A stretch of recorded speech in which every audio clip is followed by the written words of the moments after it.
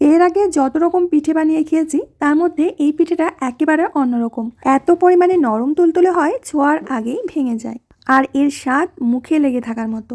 সামান্য কিছু উপকরণ দিয়ে অসাধারণ একটা রেসিপি। পিঠে বানানোর জন্য সবার প্রথমে গ্যাস ওভেনে একটা কড়াই বসিয়ে দিয়ে তার মধ্যে 1 চামচ মতো ঘি ভালো করে গরম করে নেব। এখন এর মধ্যে দিয়ে দেব 1 কাপ সুজি। সুজিটা তোমাদের পরিমাণ বুঝে দেবে, মানে যতগুলো পিঠে বানাবে সেই বুঝেই সুজিটা দিতে হবে।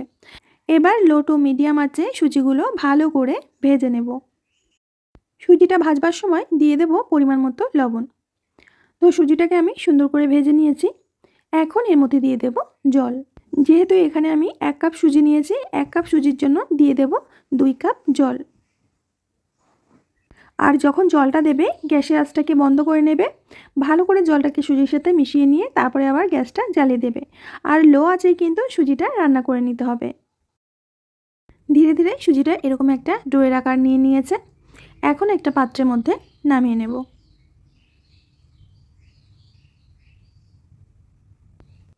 এখন এই সুজিটাকে ঠান্ডা করে নিতে হবে, তারপর মেখে নিতে হবে।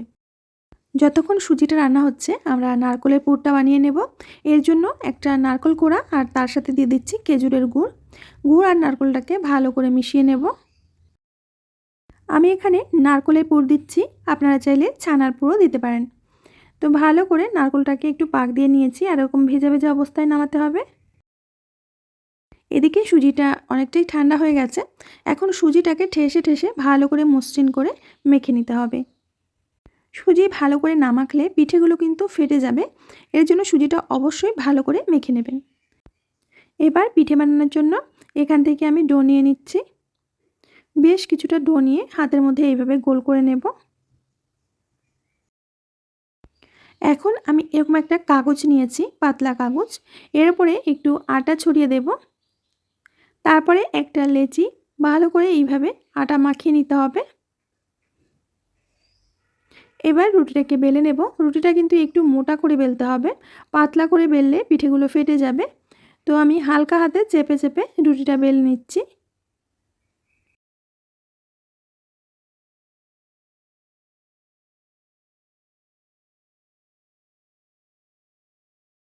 একটা রুটি আমার বেলে নেওয়া হয়ে গেছে। এখন কিছুটা নারকেলের পুর এরকম একটু লম্বা করে একটা সাইডে দিয়ে দেব। তারপরে এটা ঠিক এইভাবে ভাঁজ করে নিতে হবে। এবার একটা বাটির সাহায্যে আমি পিঠেটা কেটে নিচ্ছি। দেখতে পাচ্ছ কত সুন্দর একটা পিঠে তৈরি হয়ে গেছে। আর একইভাবে আমি আরও একটি পিঠে তোমাদের কেটে দেখাচ্ছি।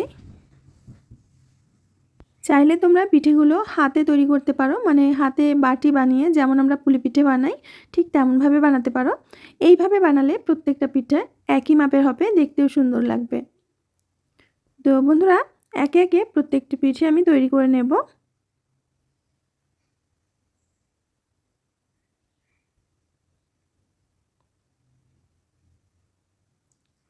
তো একই সাথে বেশ কয়েকটি পিঠে আমি কেটে নিয়েছি। পিঠেগুলো ভাজার জন্য আমি কড়াইতে তেলটা ভালো করে গরম করে নিয়েছি। এখন গরম তেলের মধ্যে একে একে পিঠেগুলো ছেড়ে দিচ্ছি। আর পিঠেগুলো কিন্তু মিডিয়াম আঁচেই ভেজে নিতে হবে। হাই ফ্লেমে বা লো ফ্লেমে পিঠেগুলো ভাজবে না, তাহলে পিঠেগুলো ভেঙে যেতে পারে। তো প্রথম দিকে এইভাবে একটু কড়াটা ধরে নাড়িয়ে দেব।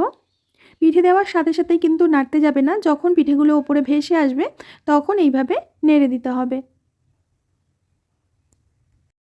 এখানে কোনো একটা পিঠা ফেটে গিয়ে সেখান থেকে নারকেল পুর বেরিয়ে প্রত্যেকটা পিঠের গায়ে কিন্তু একটু পুড়ে পুড়ে লেগে গেছে, দেখতে পাচ্ছ।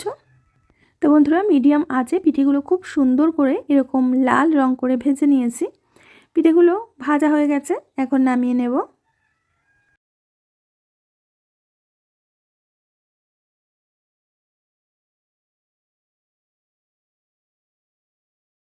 একইভাবে সবগুলো পিঠে আমি ভেজে নিয়েছি।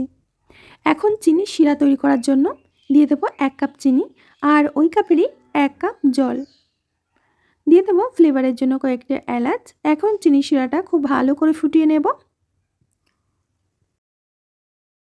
চিনি শিরাটা ভালো করে ফুটেছে। এখন তৈরি করে রাখা পিঠেগুলো দিয়ে দেব। আর পিঠেগুলো দিয়ে 1 মিনিট মতো জাল করে নিতে হবে। খুব বেশিক্ষণ কিন্তু জাল করবে না, তাহলে পিঠেগুলো একদম গলে যাবে। তো 1 মিনিট মতো জাল করে ভালো করে শিরাটা মিশিয়ে নিয়ে এখন ঢাকা দিয়ে রাখবো যতক্ষণ না ঠান্ডা হচ্ছে। বেশ কিছুক্ষণ পর আমি ঢাকনাটা খুলে নিচ্ছি।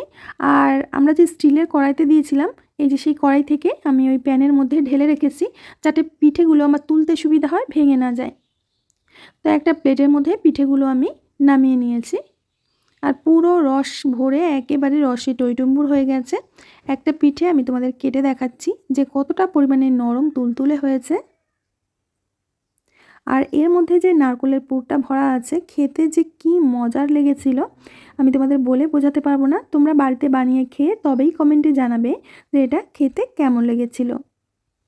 তো বন্ধুরা, আশা করছি প্রত্যেক দিনের মতো আজকের রেসিপিটাও তোমাদের অনেক অনেক ভালো লেগেছে।